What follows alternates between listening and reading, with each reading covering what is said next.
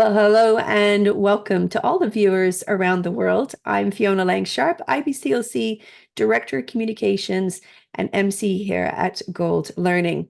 Well, I'm very excited because, of course, we're talking about our upcoming Gold Lactation Online Conference 2024.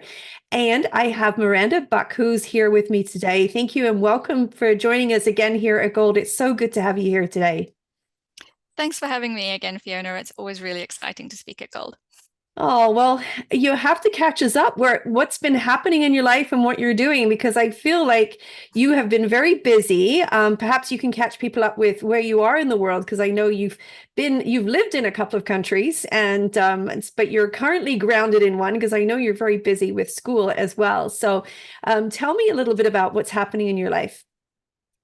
Yeah, I find it very tricky to stay in one place for long, but I have teenagers now, so we have to stick in the one place Ah. for high school. But yeah, at the moment, I have put my research mainly to one side, though there's always some little Mm. bits trickling along.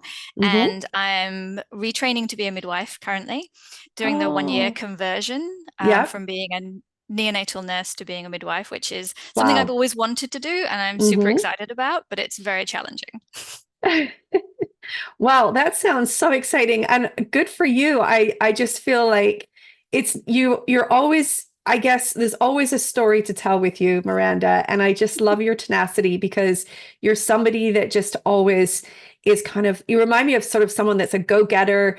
You set yourself up for success and here you are challenging yourself again, I feel, in the world of midwifery. What a beautiful world to be in. And tell me what it's like to be side by side with students, because you actually have so much knowledge, and so you must be working with people that are just coming in, that are fresh. What's that like for you? Yeah, I thought I was going to love it. I mean, when I finished my PhD, I was like, that's it, no more study. Um, was I kidding? But then I was like, no, I still need to grow. I've still got places to go. Hmm. And it, on the one hand, because I'm a lactation consultant, because I have so many years of neonatal care and working with families, all that side of things is really easy for me. Hmm. And that's, that's the bit that is my bread and butter. But working from the other side of things, and looking after the women, particularly pregnancy and labor care, is a completely different emphasis Right. of work. So it's been much more challenging. And going back to being a complete newbie, it has, Mm. oof, yes. I mean, it's been a long time since I have injected anybody with anything.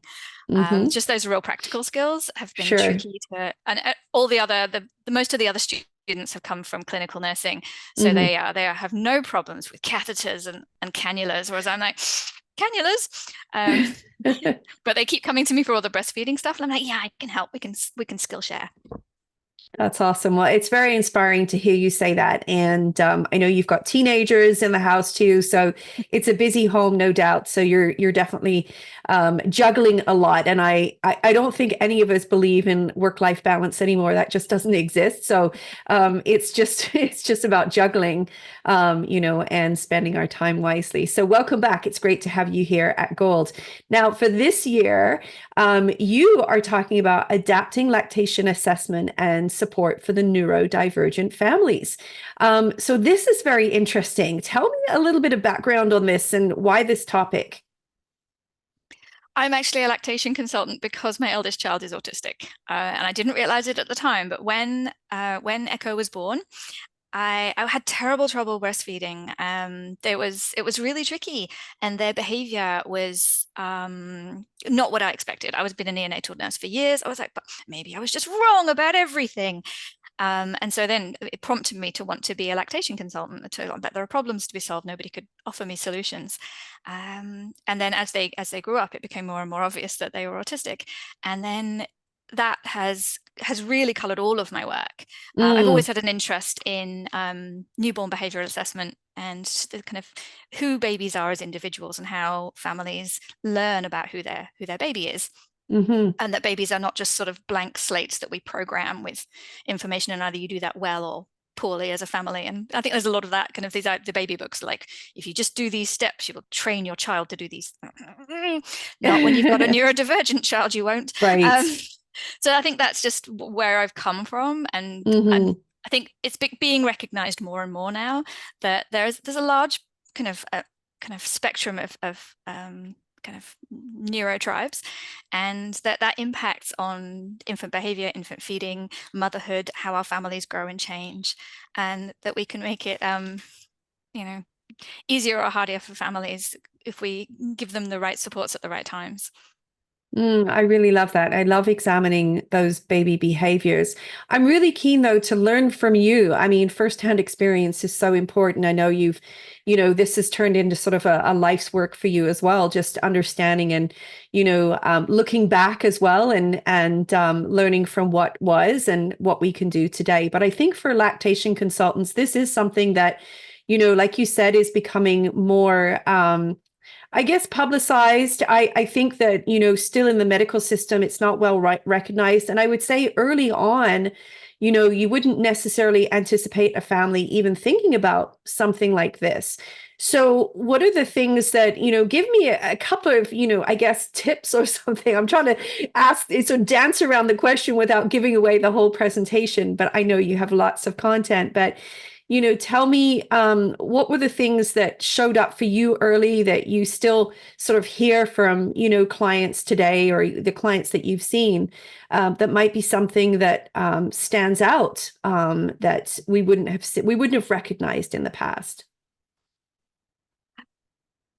I think with most families, when we talk about there's the Australian temperament study. I talk about that a lot because it's been a longitudinal study that's looked at babies' behaviors from when they were tiny, and now they're actually becoming parents themselves. This study's been going for so long. Oh, and wow. I love it because the data is such rich and complex data, and they've had such good retainment on this study that the children kind of assess themselves and the teachers assess them, and now they're having their own kids.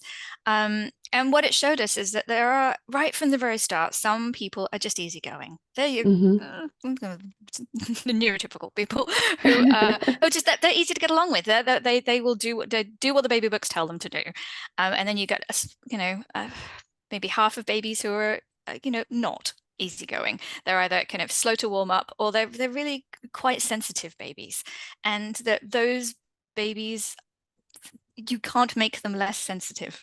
You can just pick up on it and respond to it appropriately.